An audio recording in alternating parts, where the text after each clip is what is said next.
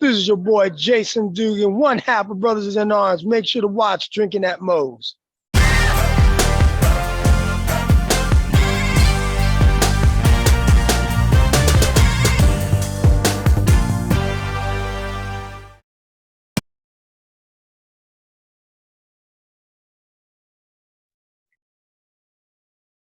All right, everybody. Welcome to Drinkin' Moe's. Big Mo here. Be sure YouTube, as always, like, subscribe, all the good stuff because it helps with the pain in the ass algorithm.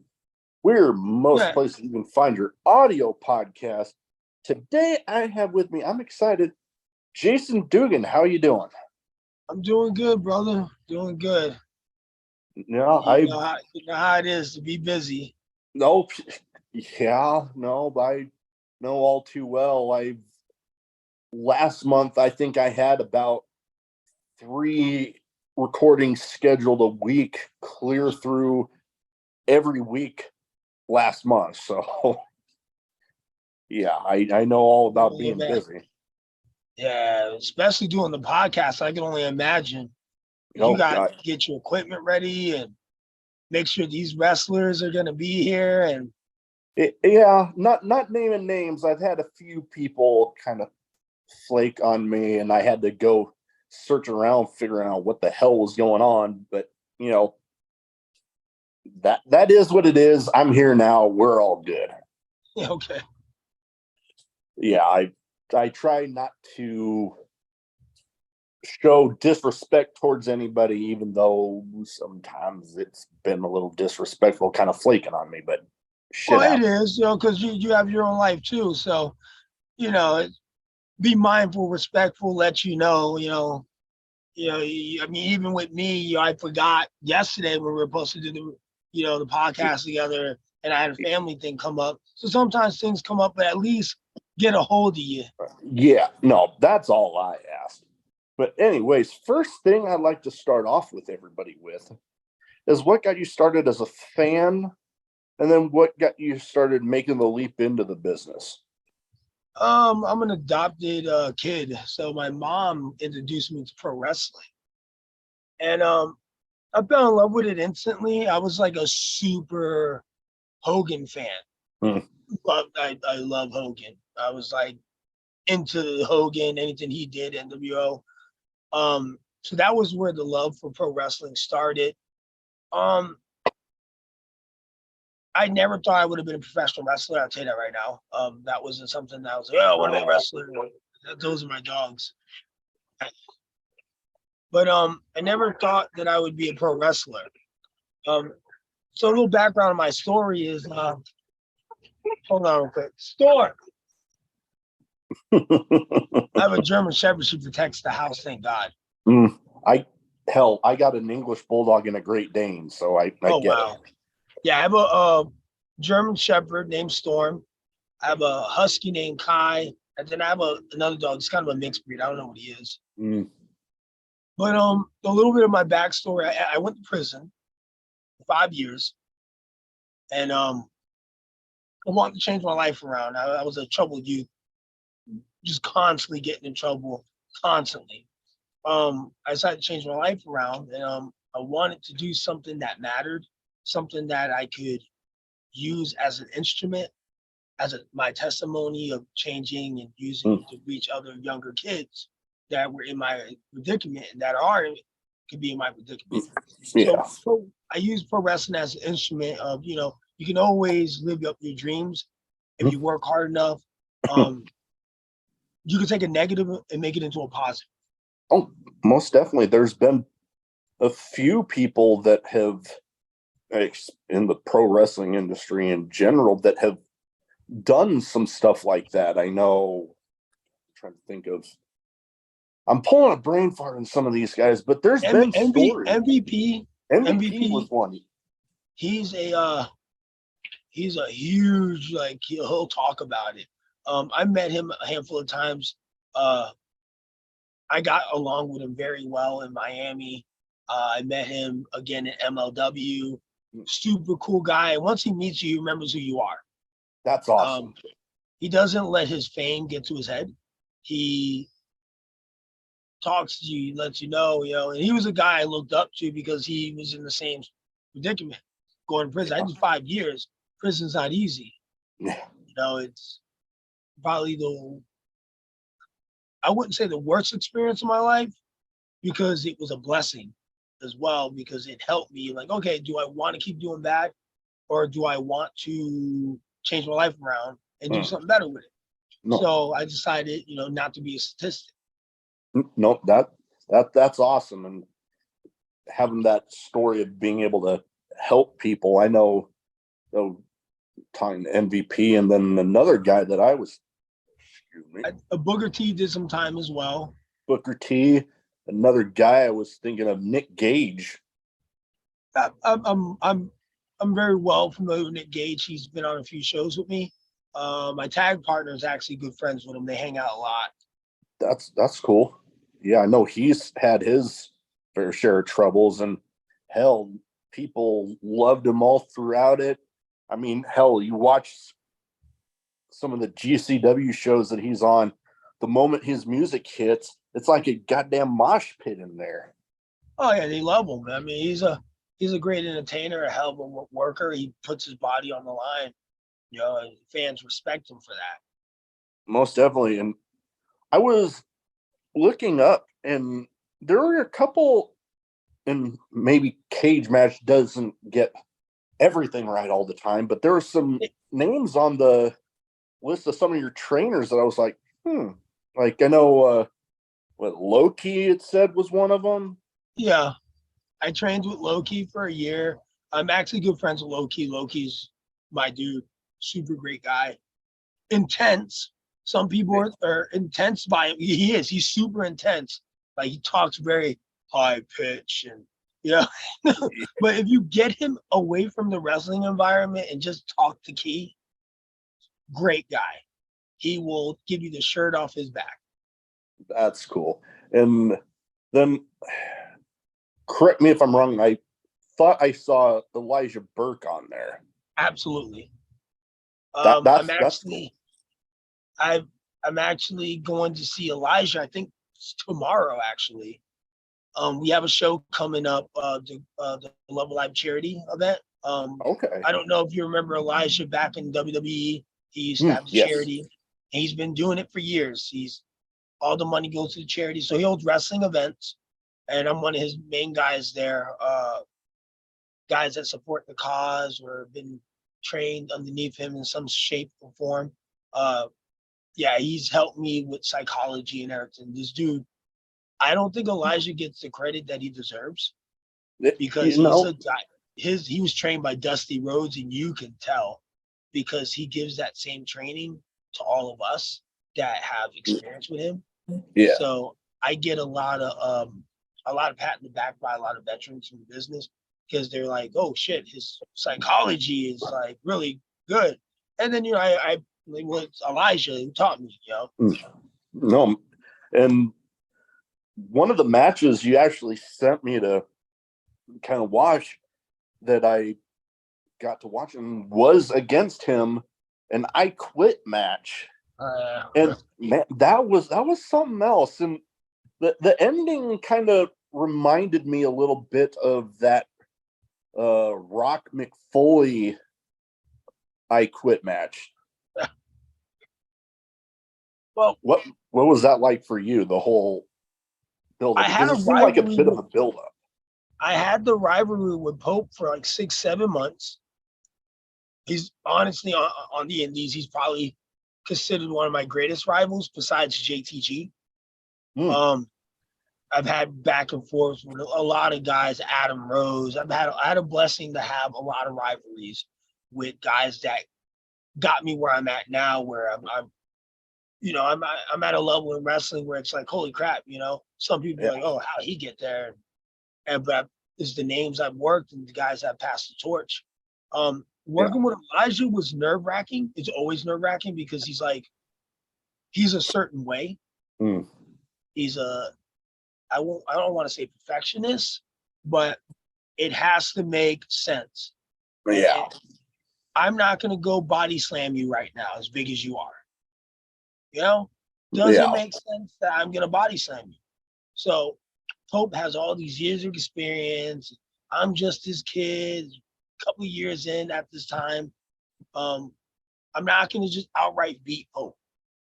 You know, just not. It doesn't make any sense. If you want people to keep paying tickets, we got to give them something. Um, so Pope did a promo in the upcoming weeks about I'm gonna make you say I quit, Daddy. I quit. And as the bad guy heel, that knew, hey, it's a possibility. I won't be able to make this guy quit. Which you seen the match. It was a brutal match. Yeah, definitely. This guy beat me with a chair like 15 times, and German suplexed me, and I just wouldn't quit. You know? And I tell you right now, it hurt. Yeah. And there was a part which was funny, which is a very people talk about this part in the match all the time. It's like, yo, that was so great. You guys think of that? And I'm like, no, it was a very serious moment. He had me in a crossface, and it hurt. And he's screaming, "Quit, kid!" And I turned around. I was like, "Fuck you!" I was so mad. I was so mad at him. And I was like, "Fuck you!" And you hear the crowd saying, "Fuck you too! Fuck you too!" And if you know Pope, he doesn't curse. He stood up, let me go. He looks at the crowd. He's censoring the freaking crowd. He's telling them to calm down because he don't like curse words. And then there was another part in the match that was a for real part. He outright slapped me, and I hit him back. And Pope is the type of person that he'll do things to you to see how you're gonna react. Someone with a couple of years experience, you'd be intimidated. I'm from the streets. You know, I'm like, yo, I'm not. I don't know if you're allowed to curse or anything, but yeah, we're good. Well, I'm not a bitch, you know, like my rap sheet says otherwise. You know, I was mad. He hit me in my face, which you saw in the beginning of the match, and I slapped him back so hard he spit blood out. Oh boy. So I was like, yo, we're gonna have an issue now. Like I thought I was like, crap. I was like, I'm gonna have an issue with Pope. And he was just so proud of me that I did that. Because he's like, I would hope you wouldn't let no man slap you like that. I was like, well, nah, that's why I hit you. Like, yo, you just slapped me. I ain't do anything to you. No, what was it? I was reading up on something with Matt Hardy, who he was saying back when they were in a match with I believe it was Bradshaw as part of the APA. Oh God, those guys were rough and tough. Oh God, and they mentioned kind of what you were saying, that like the veterans back then would sometimes test you by like knocking you silly like a few times just to see if you're gonna fight back, and then if you do, then hey, then that just shows you that you're good then. Yeah, because you don't want to look like a punk. You know, they're gonna see if how far they can push the envelope. I look at pro wrestling, and it's probably a weird way of thinking. I look at pro wrestling like prison. You know, if you get punked out, then they're gonna keep doing it. You know, they won't leave you alone. But if you stand up for yourself, they'll leave you alone. They'll back away. Like, all right, this kid might go do something crazy. So in pro wrestling, there's a lot of bullies in pro wrestling, guys that will test you. When I first started, I had guys test me and then back off because they were like, all right, maybe he will. And I made great friends afterwards.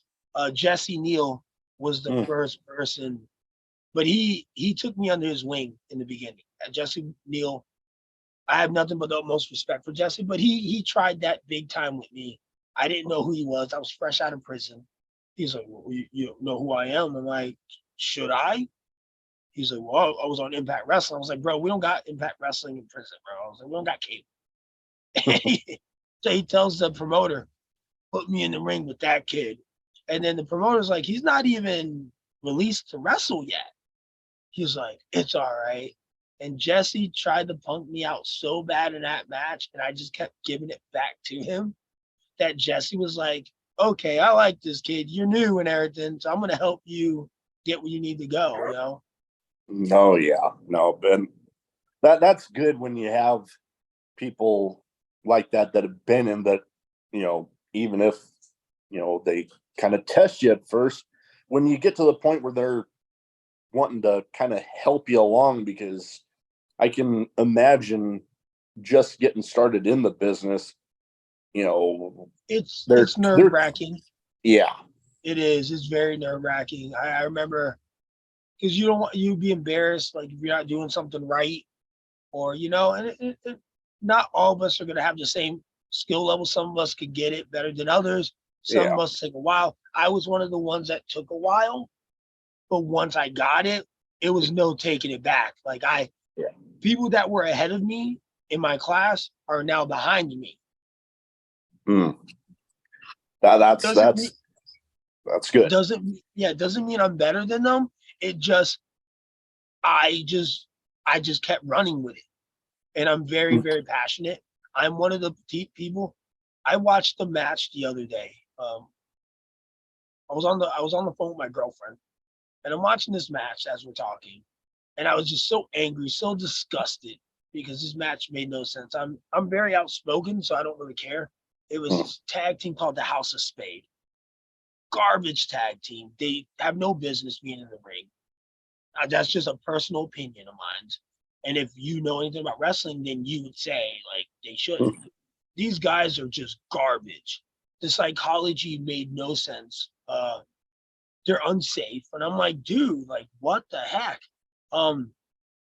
They started out with the match where the kid cut him off, and I'm like, okay, maybe they're giving him some steam.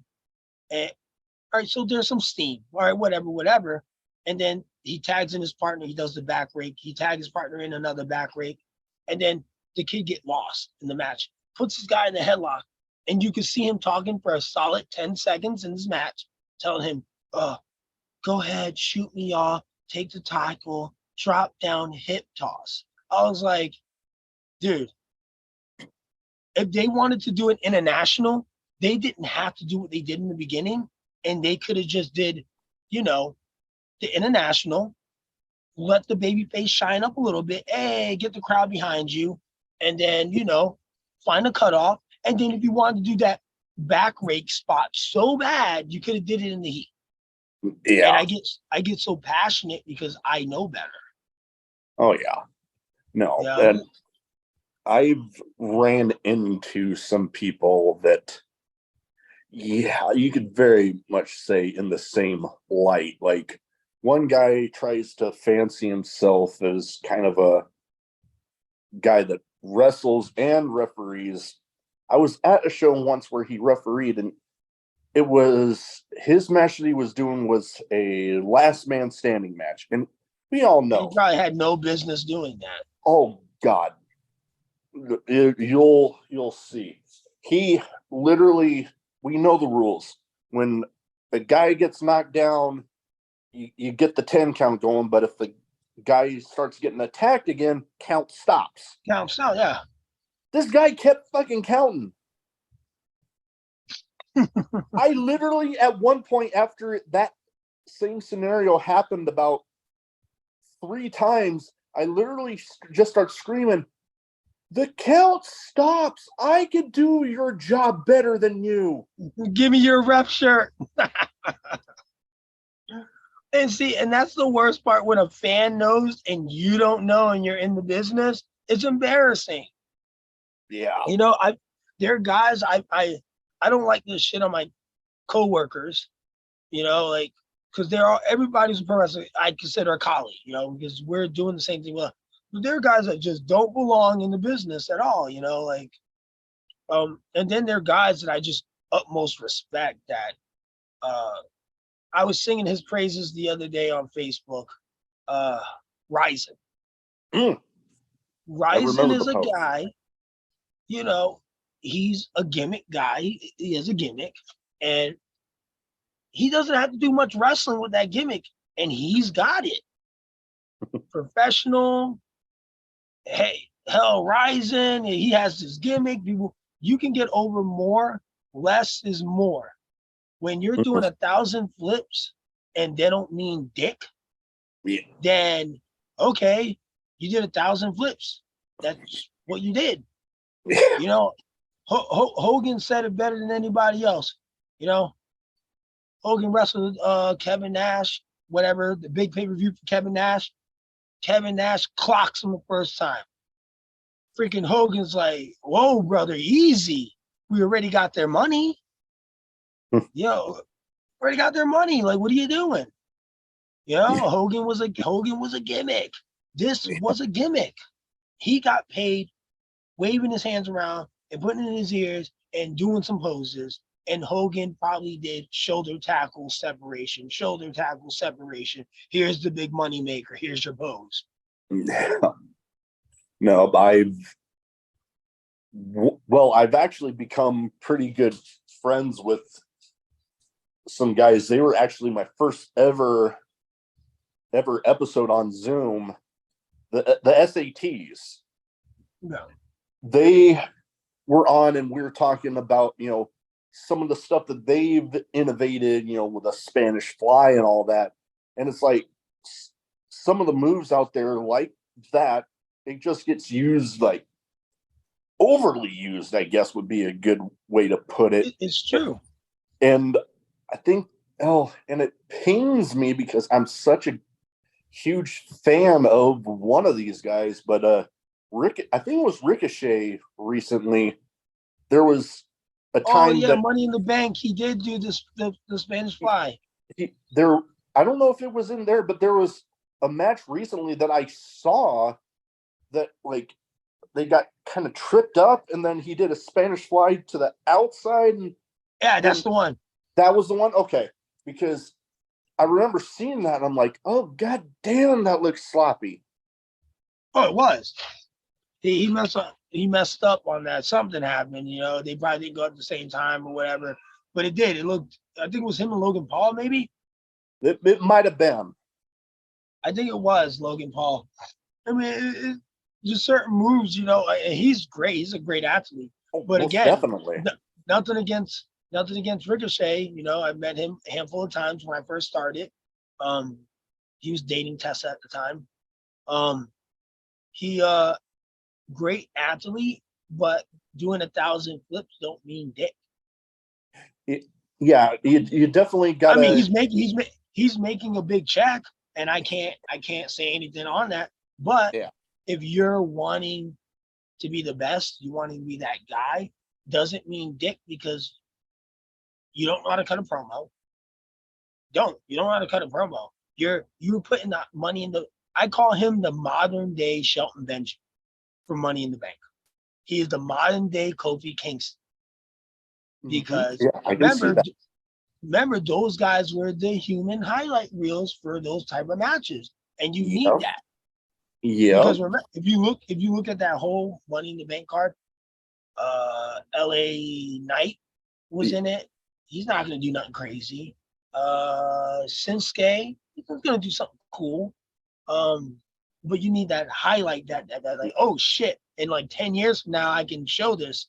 Yeah. Ricochet was put in that match, was designed for that match because, you know, remember Kofi used to do it all the time. Yeah. Did it all the time. Oh yeah. I remember some of his where they'd have one ladder kind of like a ramp and he just run up it. Yeah, WrestleMania 21, you know? Yep. Now, Shelton Benjamin was a human highlight at that time, and then Kofi came in, and Kofi did the cool stuff as well, you know. And Kofi ain't there right now, and Ricochet is the guy to do it. And then you know what's gonna happen after that? They'll throw Montez Ford in there to do something crazy later on. Yep, no, most definitely.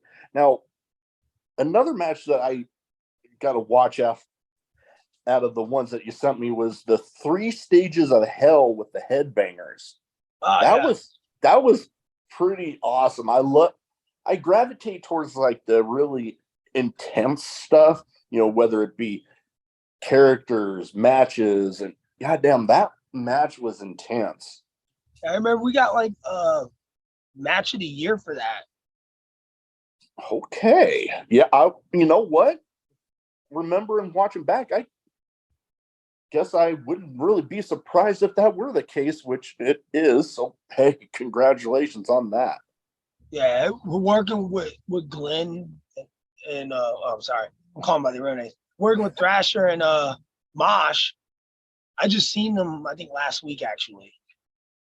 Working with them, that was a really good learning experience because their like tag team I did like 6 months feud with those guys for the tag titles, and then they won in the overall.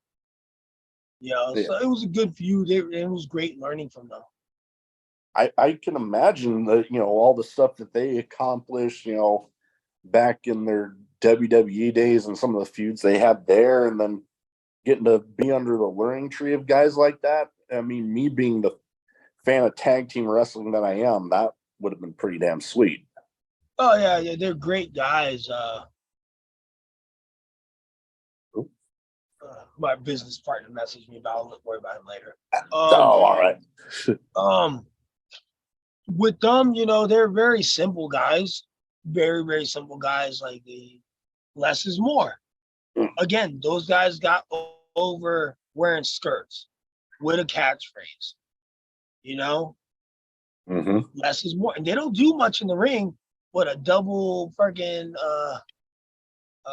double back body drop they'll do, or a double thing where they throw you in the air, and maybe the clothesline they do. Like that's it. Yeah, no, and I just that ending, I was like, huh, because you normally don't see endings like that, especially with the casket match. Like I've seen casket matches where the lid gets broken, like with the wooden ones, but then they end up bringing in a different one so that you can actually close the lid. So that was something different. Yeah, it hurt like hell too. I remember. I can imagine that. It looked fucking painful. The damn thing broke. I went in, and they threw my partner on top of me, who was way bigger than me. I was like, God damn it. Oh yeah, no, that one. Oh, after getting thrown through the lid there, and then having a guy as big as your partner was getting thrown on top of you, it's like, oh boy. Yeah, I was like, oh. He's like, are you good down there? I was like, oh bro, man, that like, was something. yeah, I was like, it was a good match. I really enjoyed it. I've been lucky and fortunate to work with some amazing talents. I wrestled Austin Aries. Now I had a month's feud with that guy, and then we had the blow off match in Daytona, and then the Control Your Narrative people came out, got interfered because he's part of Control Your Narrative at the time. And it was a good feud. I've worked Austin Aries. I worked the guy from the Bullet Club right now. I can't think of his name. Trying to think. Impact is the tag champ. Oh, Chris Bay. Ace Austin. Oh, Ace Austin. I know Chris Bay as well, but Ace Austin, I had a good match with him. Okay. Matt Taven.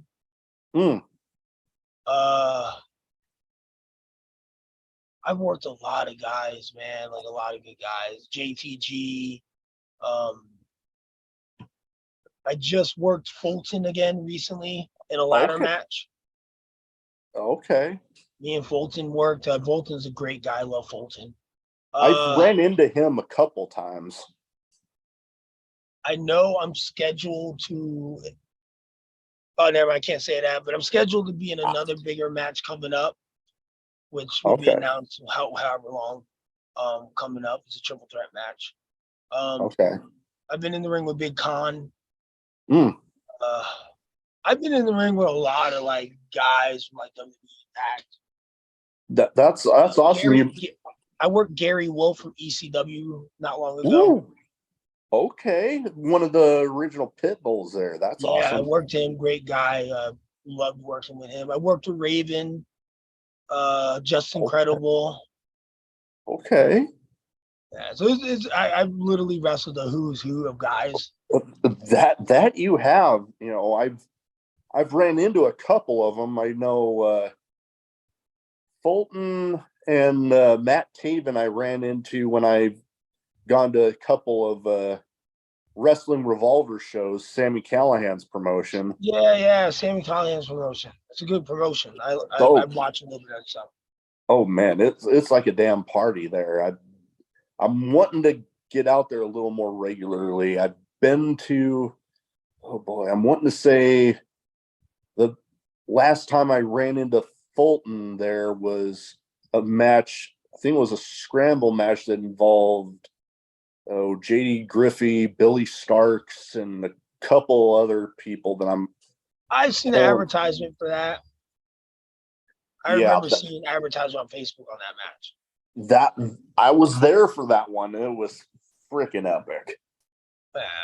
Yeah, they have a great product, There's a lot of great promotions out there, and then there are not a lot of great promotions out there. Yeah, there's some that aren't so great. That is for sure. Yeah, now, go ahead.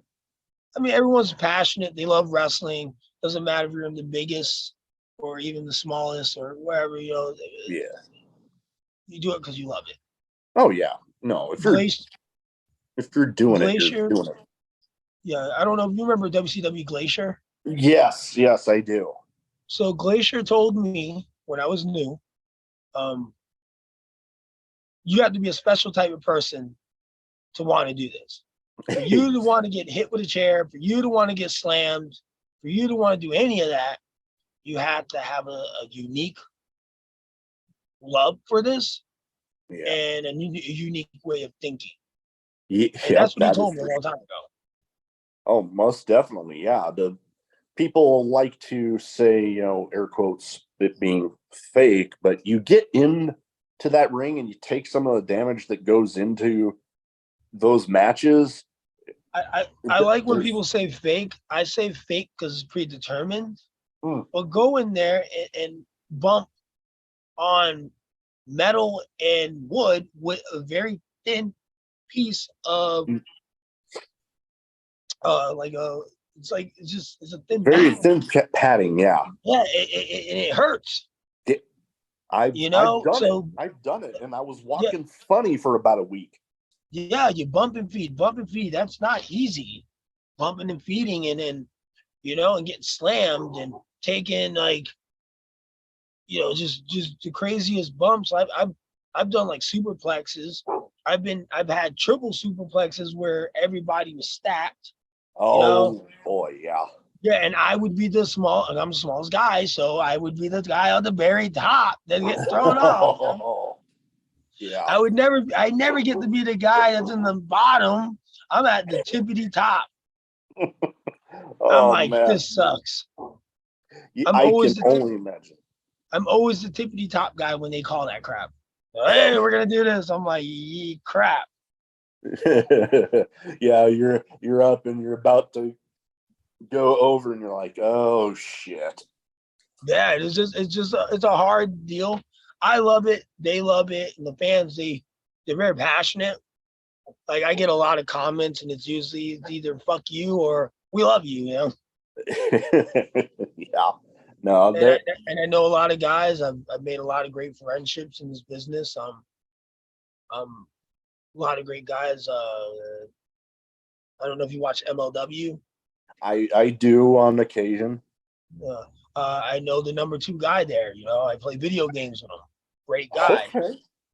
I like on my downtime. I like to play video games. I'll play Call of Duty or I'll play the 2K game. I bought the AEW game. Okay, I got them both. I actually a little behind on getting the WWE 2K23, but my wife on sale right now. Yeah, I know my wife actually. My birthday's next week, and my wife is out of town going to a concert with her sister. Wanted me to be able to enjoy my birthday present, one of my birthday presents, a little early. So she gave me, and I actually got it downloading right now. Oh, which one? Well, I actually have 2K23 getting downloaded, and I Awesome. already have Fight Forever on there. I got the Series S. Dude, 2K23, I'm assuming you got 2K22. I had that, yeah. So I call it the advanced version of 22. Same button, same everything, just a little bit more advanced. Like my faction is way better. They put a lot Okay. more in my faction. They focus on that, thank God. And the Okay. GM mode is way better. You won't be disappointed. That I'm looking forward to that, because I know I heard with the GM mode that they made it, not just that one season, which Oh, it's 5 seasons, that's awesome. And and you you got to do know, achievements this time. nice. And I know one that I'm like particularly excited about from when I heard that they were bringing it in was the War Games match. I'm Yeah, really I wanting to played it dive once or into that. twice. Yeah, that's good. I played it once or twice. Um, the war games thing. I don't play it as the game as well. I turn it on every day. I might do my GM stuff for like 10 minutes. I play mainly Call of Duty Okay. because I that's what my girlfriend's into. So okay. she I doesn't look like it, but she is. I She is. kind She of doesn't. okay. I've kind of stepped away from Call of Duty games because when I would get into playing, the multiplayer, whether it's zombies or whatever it might be, you know, me, I might not be able to get on as much as some people. And I'm getting on to have fun. And then let's say somebody's trying to go for a certain deal, like a certain achievement that Yep. you get in multiplayer, but then you end up unknowingly stopping them from being able to do it. And then it's just, they just go off and talking It's about funny. somebody I'm one of those sucking. guys that do the event stuff. Yeah, So I have. me and my girlfriend pretty much we did the entire event. We got all the achievements. Um, and now we're just doing the extra stuff that was just on there. So I know we have plans tonight to play and do that. Okay. So that's something that what me and her do as a relationship thing. We spend time and we play. Awesome. That's awesome And when you have that. she does not look like she plays it. You look at it, she's a pro surfer, you know? Okay.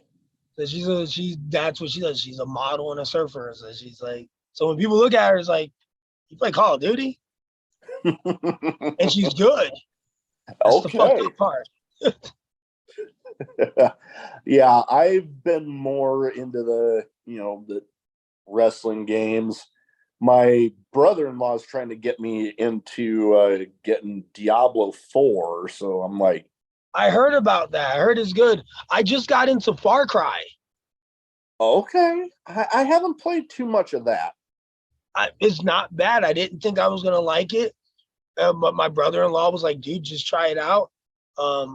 And it's actually pretty good. The controls feel different because I'm used to Call of Duty. I Okay. like. I'm more into like the horror games as well, like Dead by Daylight, Okay. uh, Friday the 13th, Okay. Dying Light. I like games like that. Resident Evil. Okay. Yeah, I'm trying to remember a horror game that I got into. I'm on a podcast. I Yeah. played the World War Z game. I don't know if that really a horror game, but that was pretty fun. But what was it? Dead Rising, the zombie game where it's like there's a couple of them. Like I think one is like you're centered around a mall or some shit. Well, which one is it? Dead Rising. I think Dead Oh Rising yeah, yeah, 2. yeah, yeah. I played it on PS3 once, and I wasn't a fan of it. I didn't care. Yeah. It was weird to take pictures and stuff like that. I was like, what the hell am I playing? Yeah.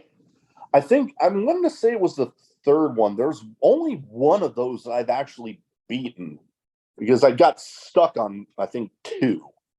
Yeah, I played the first one, I think, on PS3. I'm more of a a person. I like first shooter games. I like games that are gonna keep me there. Um, I used to play the shit out of Friday the 13th. Dude, I clocked so many hours on that thing, man. It was ridiculous on my Xbox, but I'm more of a PlayStation player. Okay. Um, and then I played a lot of UFC. I was I like got into heavy. some of those. Yeah, UFC 3 was good. A lot of people didn't like 4, but I was good with 4.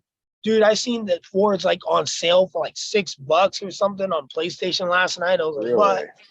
I was like, man, I'm about to go get me that. I might have to look into that. I've been so Yeah, it's on for the a guy 70% thing. hmm, so for a guy like me that might be curious on the Resident Evils, what's a good one that you think would be a good one to dive into, like get started? 5 or 6. 5 or 6? 5 or 6 was good. That's what got me into Resident Evil. Because remember, the controls were horrible back in the day. It was hard to play. So I was like, fuck that. But 5 made it so easy to move around. So it's fun. It's got a great storyline. And then if you play 6, it's a continuance off of 5, you know, and that's good. And then they made the remakes of the other ones that were actually really good. So any of the remakes too, but I would say 5. Start off with Okay. 5 because you just enjoyed like the controls. Okay. I played I'm 5 back in like '09, and I was like, oh crap, this game is good. And then I finally beat it maybe in 2017, 2018. okay. Yeah, I think I remember when I was still in the Navy, there was a guy, we were on a training thing like across the country from where we were stationed, and they brought their, I think it was a 360, and they were playing, it might have been 5 because it would have been right around that time. And I just remember looking, I'm like, okay, this is impressive. Oh, the graphics were great at that time. I still play it here and there because it was a good game. I've already beaten it twice, so Okay. it's a really good game. I might have to look into that one. Yeah, if Now, you have a play, like, you have a PlayStation, right? I have the Xbox Series S. All right. Well, I don't know how Xbox is. I haven't played Xbox in a while. I still have my 360 and I keep that for the older wrestling games.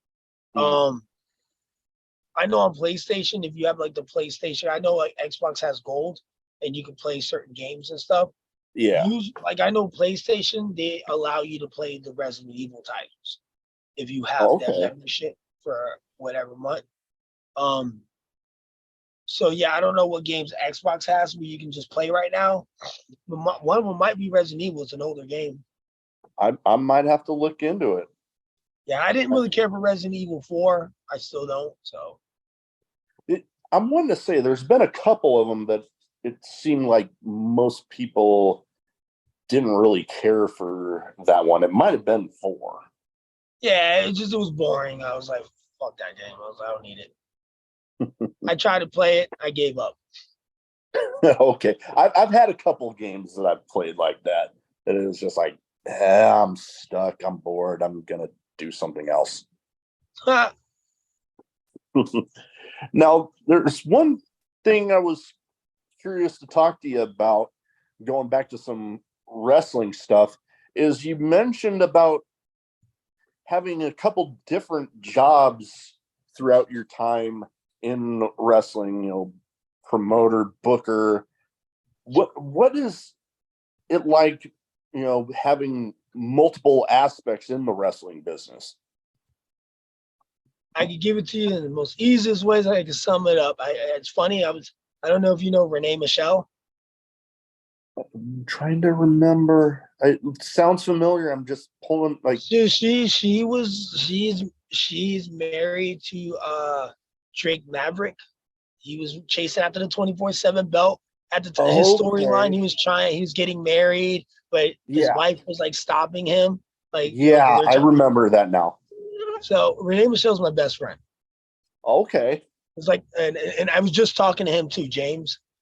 They're hilarious together. They're really married and they're hilarious together in real life. And they're my best friends. And I had this conversation with Renee today, and the first thing I say all the time to her is, "It sucks. It sucks, yo." Because uh, so I own a company with a couple of business partners. I own two companies actually. Um, I partner for at a wrestling school as well. I'm a wrestler, and then I have to help book, and then I'm at times I have to be the promoter. So it's hard because like you could tell some of these wrestlers don't want to piss me off. So you get a lot of fake friendships out of it. And I Yeah. don't care who hears me say that. It's just it is what it is.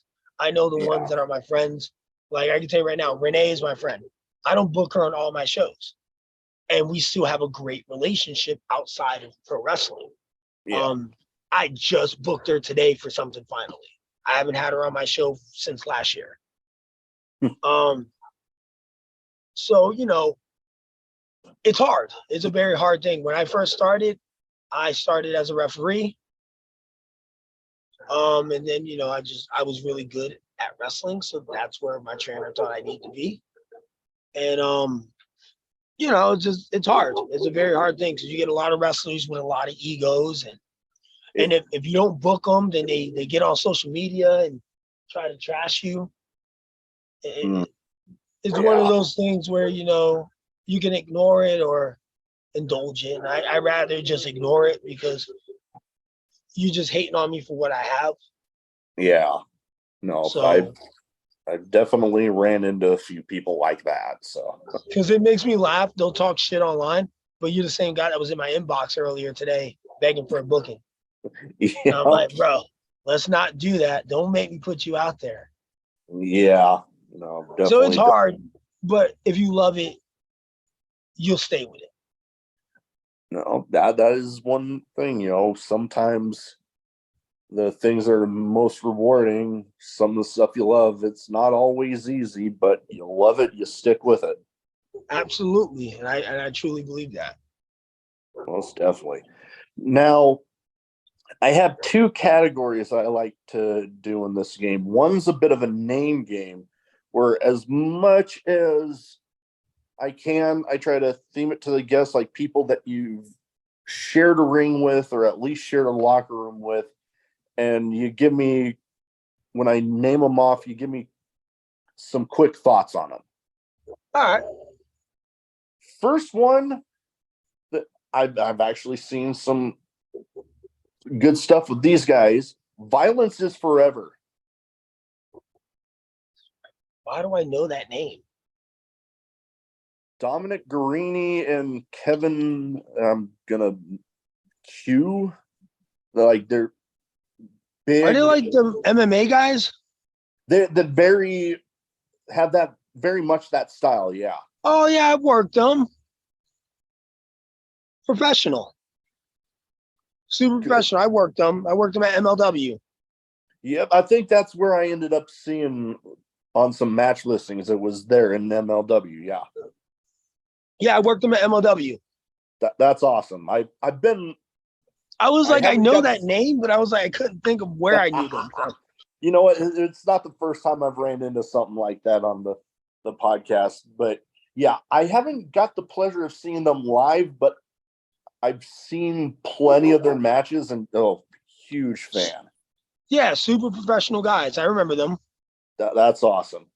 Next up, a guy, another MLW. I'm not even going to go try to get around it. Hammerstone. Oh, I love him. I worked him too. Lovable, man. Awesome. Hammerstone made me laugh, bro. Like he just made me laugh. Yeah, I love Hammerstone, dude.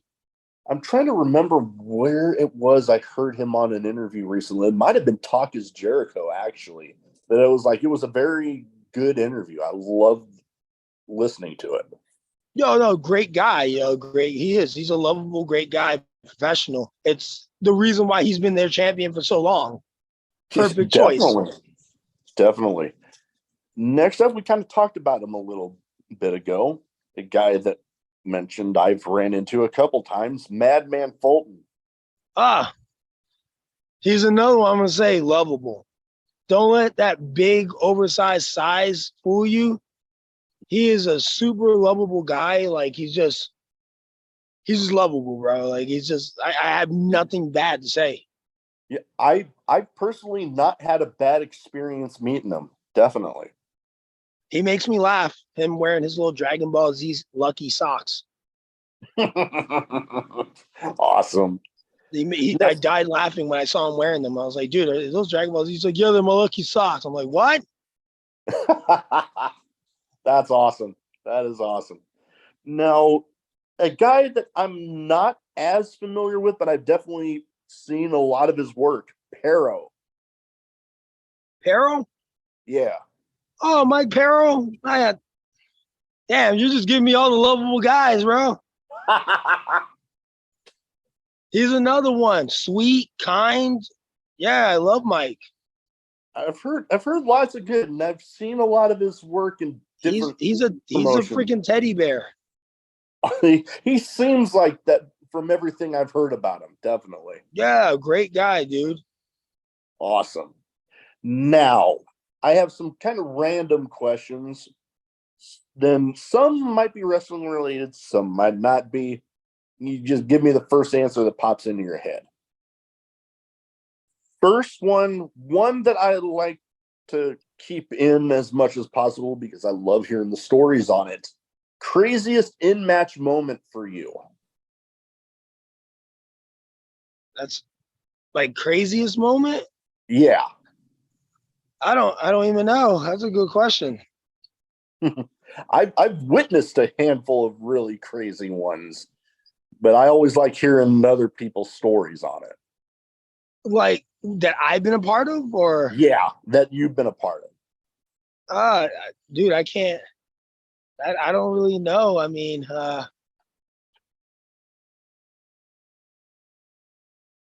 well, damn, I guess. So,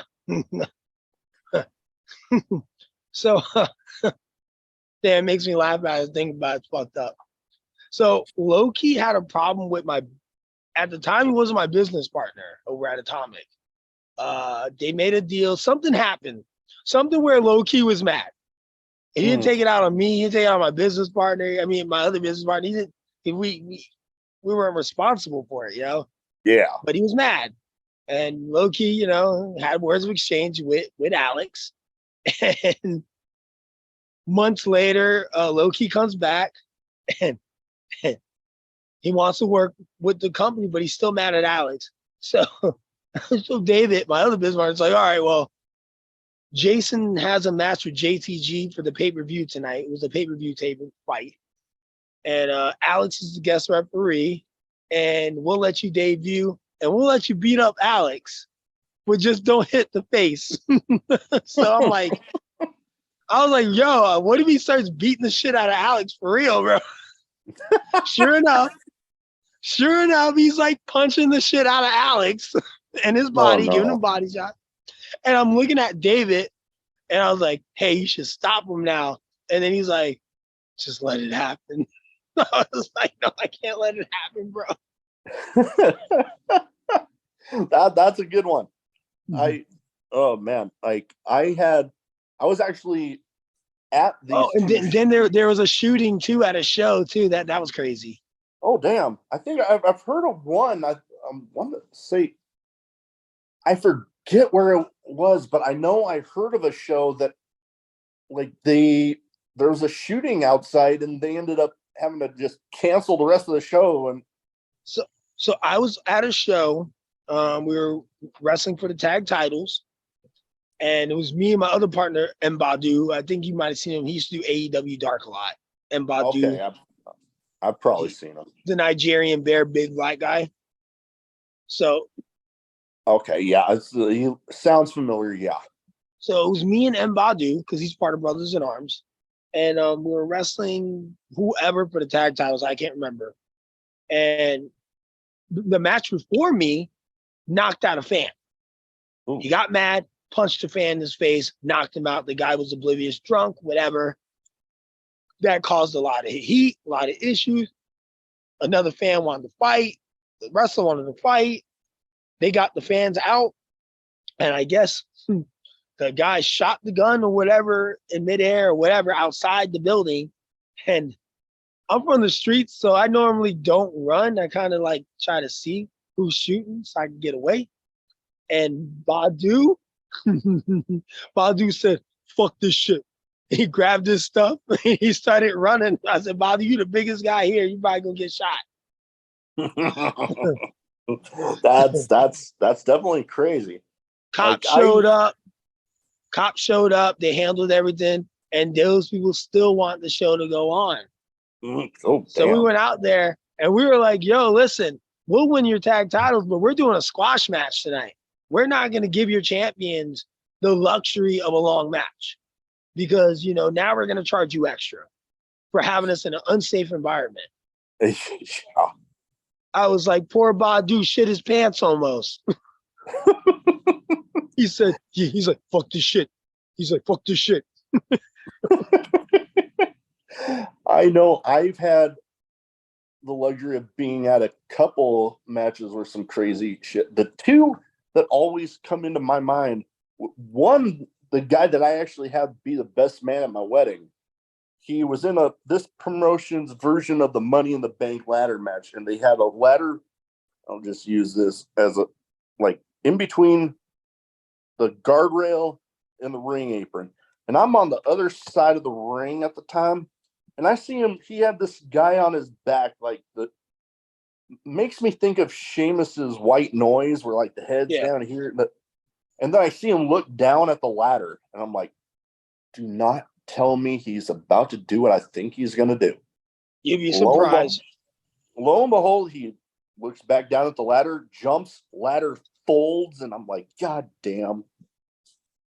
Yeah, I hate when guys do certain things. The it ain't worth it. The other one was actually at Wrestling Revolver. It was a death match with Jake Christ in it. And Jake Christ is good. Oh, love the guy. But the match before it was a Monsters Ball match. So there was all sorts of shit all throughout the ring. And they were getting ready to clean it up. Jake Christ comes running in and says, fuck that, leave it, let's go. There's thumbtacks and all sorts of shit all over. And Jesus. they ended it with 4 folding chairs bridged with 2 panes of glass, and then Bobby Olson, his right-hand man, comes rolling in, and I see him pull something out of his pocket. Lighter fluid. They light the glass on fire. Jesus. My jaw was on the floor. It was nuts. Now, one thing I figured, I can't remember that I've ever actually used this question, but I figured, you know what? Why not? Everybody has some stuff that, they're not so much of a fan of. Their phobias. What would you say is a phobia you have? Of in wrestling or in general? Wrestling or in general? In general, I hate fucking spiders. I'm okay with them. But snakes I can't do. I can't do a snake. Yeah, no, I'm definitely. My wife has joked about getting a snake, and I'm like, if I'm not touching it, whatever. If it's gonna stay in a. Yeah, I can't. I cannot do snakes at all. My girlfriend owns one, and I won't touch it. Yeah, no, I would definitely be in one of those situations where if one was near, I'm like, you can touch it all you want. I'm not touching the damn thing. Yeah, I don't do it. No, I'm definitely that way myself. Now, I love having this question in here. Favorite, and then maybe least favorite drink, whether it be alcoholic, non, or you can name one of each if you want. All right. Favorite drink? Favorite drink. My favorite drink that I drink every now and then when I get, feel like I can, is Dr. Pepper. I'm a big Dr. Pepper guy myself. Yeah, I love Dr. Pepper and Sprite being my second. My least favorite, I don't like. There's a certain water, man, sparkling water. Mm-mm. I fucking hate it. I want to throw up. I remember being on a trip overseas and trying to ask a street vendor about getting a water. And I don't know if you have to ask for sparkling or non-sparkling over there, but they gave me sparkling, and I'm like, it was. Yeah, I don't like. Bad. Yeah, sparkling is not my thing. What would you say? Like, are you a drinker? Like, do you? Because No, I I've don't had drink. people on that don't. Yeah, I don't drink. Okay, I don't nothing wrong drink. with I don't that. smoke. Nothing wrong with that at all. Because I always say that with the show like Drinking at Moe's, just because it says drinking, I'm not gonna say it has to be alcoholic. So hey, we're Yeah, cool. I mean, I drink every now and then. Like it's a very very thin line. It has to be a special occasion. Even special occasions, I don't even drink. No, nothing wrong. I just never been a big drinker, so I just never did it. No, I've definitely had my days where I drank a little more than I do now. Like when I was in the Navy, oh boy. But yeah. Oh yeah, I can understand why you drunk in the Navy. Yeah. Oh boy. I remember some ports where one in particular, we were actually in the States where me and a friend, we went out drinking and we got back to the ship just in time to change back into our uniform and get back to work. Oh God. Yeah, that was bad. But yeah, any more big Dr. Pepper guy. My wife tries to tell me I have a Dr. Pepper problem. I tell her I got it all figured out. The only problem I have is when I don't have any. Now, I like asking this one because it makes a lot of people think. Who would you have play you in a movie? Damn, that's a good question. That's a really good question. It makes a lot of people think. Play me in a movie? Yeah, that's a hard one, man. Damn, I don't even know. Yeah, because it's one that I even have to think about myself. I guess like overall, like a now person or overall? Yeah. Overall or now, whichever one is easier. Overall, I probably that I can think of would make the most sense in my own head would have been you ever watched I think it was Menace Society, Boys in the Hood. Okay, I've seen it. It's been a while, but yeah. Yeah. It was one black kid in the beginning scene where he robs the liquor store and he shoots the mom and pops people. Okay. So that guy played in a lot of like type of movies like that. Okay. So that guy. Yes. Okay. Yeah, no. As you were coming up with that, I'm like, you know what? I don't even know if I could think about one for myself. It's a very hard one. That's why I was like trying to think. Yeah. Like, but Lord, he would be the most. If I had to do a comparison to someone that could do it, it'd been that guy. Cool. Can't argue there. Now, I like to end the category with this one. Best advice you have for anybody wanting to get into wrestling? Don't do it. No, I'm joking.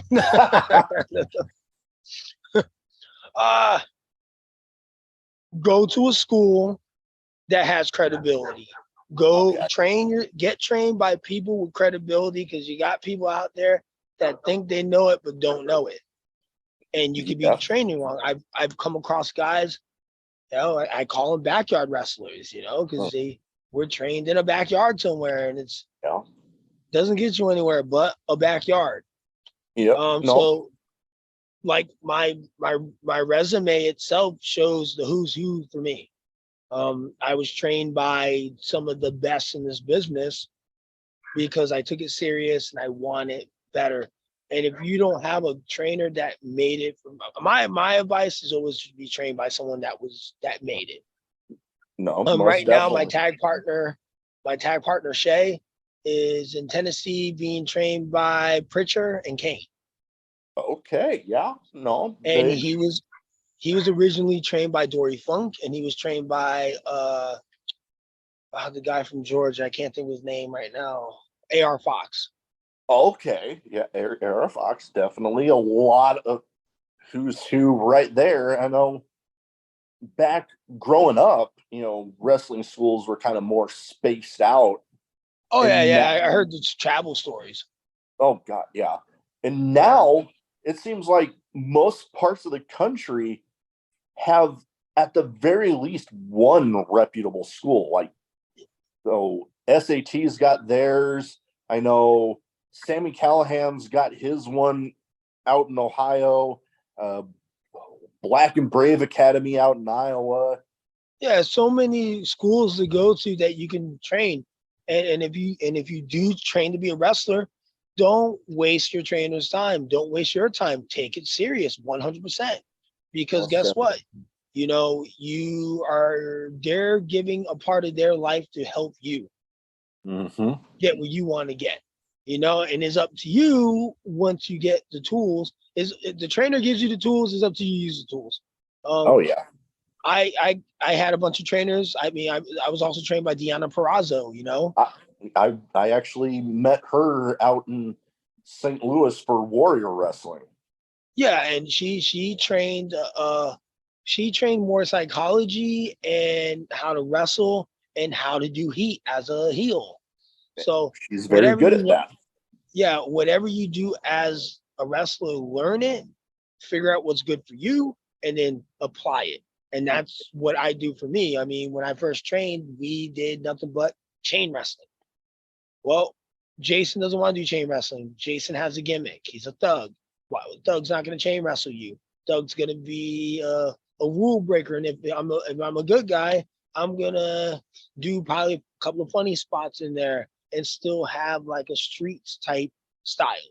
Yeah. So just know who you are as a wrestler and then apply it in the ring. If I'm Jason Dugan, who's playing as a thug, and I'm freaking wrestling, being like this Mr. Wrestling America, Greco-Roman wrestler guy, makes zero sense. Yeah. And, taking little bits from everybody and molding it from them into your own thing and how it works best for you. Definitely.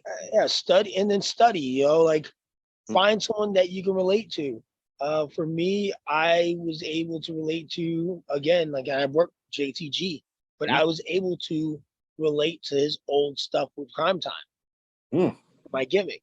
I was able to watch Homicide. I was able to take stuff that R-Truth was doing when he was Ron Killings over in NWA, TNA, I was able to watch a lot of these guys and be like, I can do that, or that makes sense, or, just study. Oh, yeah. No, then fans, especially nowadays, they got all sorts of options for studying. Like, good Lord, Fight Plus, IWTV, all the streaming services. There's so many options. So many options to figure it out. And if you're a wrestler and you're trying to travel, freaking go to these promotions, shake hands, show your face. Trust me, they'll book you. You keep showing up. Oh, yeah. And they keep seeing you. They're going to be like, hey, get in there. So if you're new, just make an effort to work. Oh, yeah. And the one thing that I like you actually brought it up, shaking hands. When my show got invited to Warrior Wrestling when they were in St. Louis, they brought in Alex Coughlin and Yuyamura from New Japan. Yuyamura is doing some stuff in Impact right now. But those two were the first ones, no matter if you were part of the crew, one of the other wrestlers, podcasters coming in for the fan fest, they went by shaking everybody's hand. And I'm like, that was awesome. I learned how it was, how you should shake hands with everybody. I watched Drew McIntyre do that at an Evolve show. Okay. This was during the time when he was released from WWE, and I was new. I think, yeah, I was super new. I think I was training for like less than 2 weeks at this time. And Drew McIntyre comes in, shakes my hand, shakes everyone's hand, didn't care who he was. I see him shake the janitor's hand. That was sweeping. And it's Oh good yeah. to show respect because you never know who you're gonna meet, on the way up. Because those same people that you see on the way up are the same people you're gonna see on the way down. Yep. Most You know, definitely. and Drew McIntyre, again, he was away from WWE, and he's respectful, and he's back up again. And I guarantee you, he's still that way. Oh, most definitely. I got to meet him on one occasion. I think he was the Evolve champ at the time, and yeah, nothing but good things to say about him. Yeah, he was just super respectful, man. I remember thinking to myself, like, wow, I was amazed. I was super amazed by that. Oh, most definitely. Now, before we go, where can people find you social media wise? So if they don't already have their eyes on Jason Dugan, they can go ahead and get them there. It was easy. Just type in Jason Dugan. My stuff pops up right away. So if you go on Facebook, Jason Dugan, there'll be a picture of me. On my Instagram, it's jason.dugan925. But even if you put Jason Dugan, I'll pop It'll up. pop up.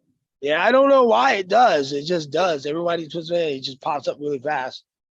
All right. That's always a plus. Maybe I'm just more of the popular Dugan out of everybody. And like, here you go. Yeah. That about it pops up right away. I have Twitter, I have IG, I have what is that other thing? The videos. The TikTok. TikTok, yeah, I can't even think of it. No, most definitely. We'll have all that in the description so people can go ahead and follow you. But that is about all I have. My dogs are looking at me like they're getting kind of hungry. So yeah, my dogs too. I got to feed them. Yeah.